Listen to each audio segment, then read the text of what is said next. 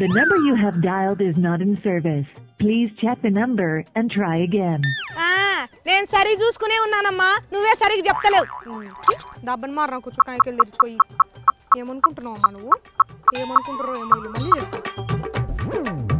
Hello, ఈ నంబరుతో ప్రస్తుతము ఏ టెలిఫోను పని చేయడం లేదు.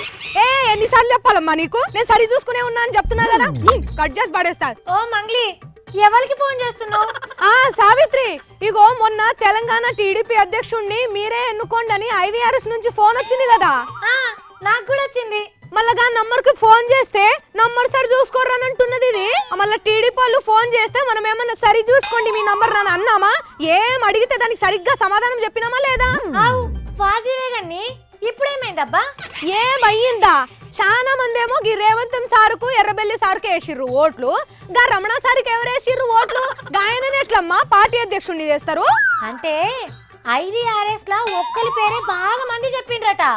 గది బయటికి చెప్తే బాగుంటదని రమణ సార్ని పెట్టుంటారు. మరి ఇంత దానికి మనకెందుకమ్మా? వాళ్ళు ఫోన్ చేసి డిస్టర్బింగ్ చేయాలి. గాయన అధ్యక్షుడిని చేస్తే నీకేం బాధ అవుతున్నదబ్బా? అరే ఏం మాట్లాడుతున్నావు సావిత్రి నువ్వు? నేను కాకుండా ఇంకెవరమ్మా బాధపడతారు? IVRS సర్వేలా మొన్న నేను పేర్లు చెప్పిన వాళ్ళంతా నాకు ఫోన్ చేసి మరి బాధపడుతున్నారు తెలుసా? గసొంటి మస్తు పెడుతుంటారు వాళ్ళు. ఏమో అయినట్టున్నది, సర్వే గిర్వే జాంతనాయి అన్నట్టున్నారు. సర్వే గిర్వే జాంతనాయి అన్నప్పుడు మనకెందుకమ్మా ఫోన్ చేసి మన టైం వేస్ట్ చేయాలి? అబ్బో, బాగా హట్ అయినట్టున్నావు కదా నువ్వు.